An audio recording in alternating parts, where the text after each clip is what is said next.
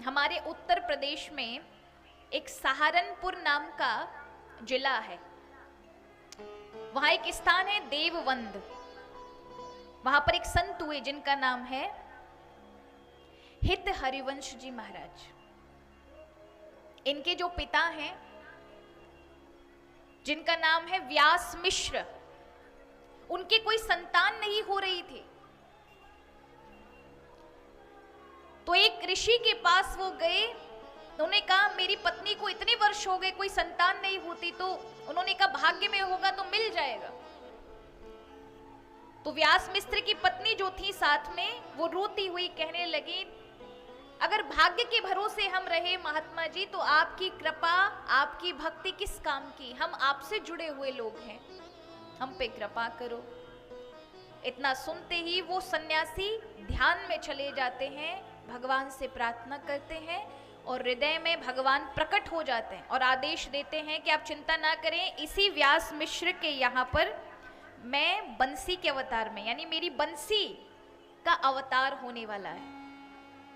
यही व्यास मिश्र की पत्नी के यहाँ ये हित हरिवंश जी महाराज प्रकट हुए, जो बंसी का अवतार माने जाते। इन्होंने ही राधा वल्लभ लाल को वृंदावन में प्रकट किया है।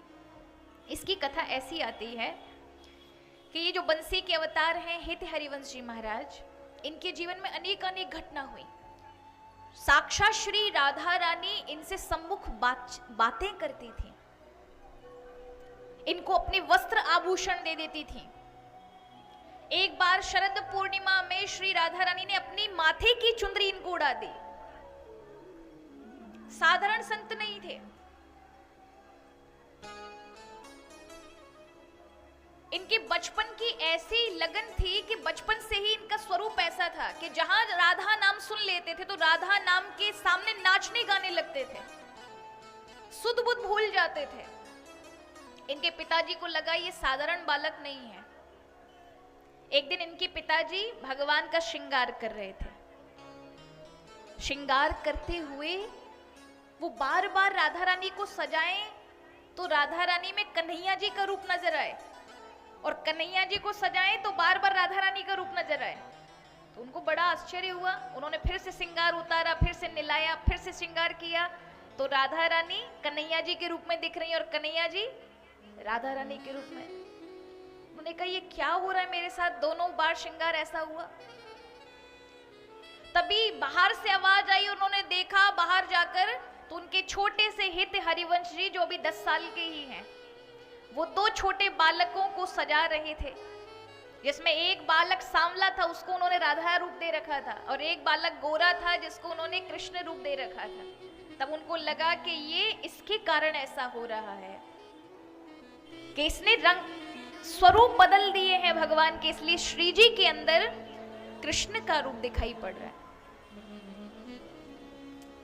ऐसे असाधारण संत थे ये हित हरिवंश जी महाराज। इनको श्री राधा रानी ने 35 वर्ष की आयु में आज्ञा दी, जाओ वृंदावन में मेरी निकुंज उपासना, मेरी निकुंज रहस्यमय उपासना को लोगों तक प्रचार प्रसार करो। तब ये वहां से निकलकर वृंदावन आए।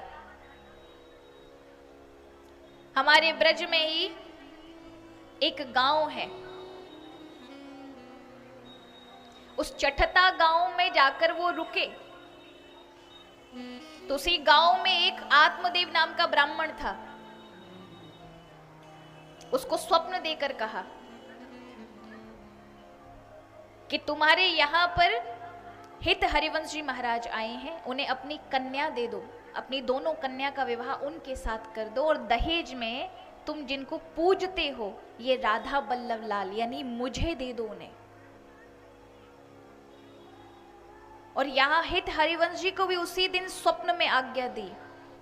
सुबह प्रातः काल दोनों जब ये मिले तो राधा रानी की इच्छा को पूरा करने के लिए विवाह हुआ, और दहेज में महाराज राधा वल्लभ लाल आए।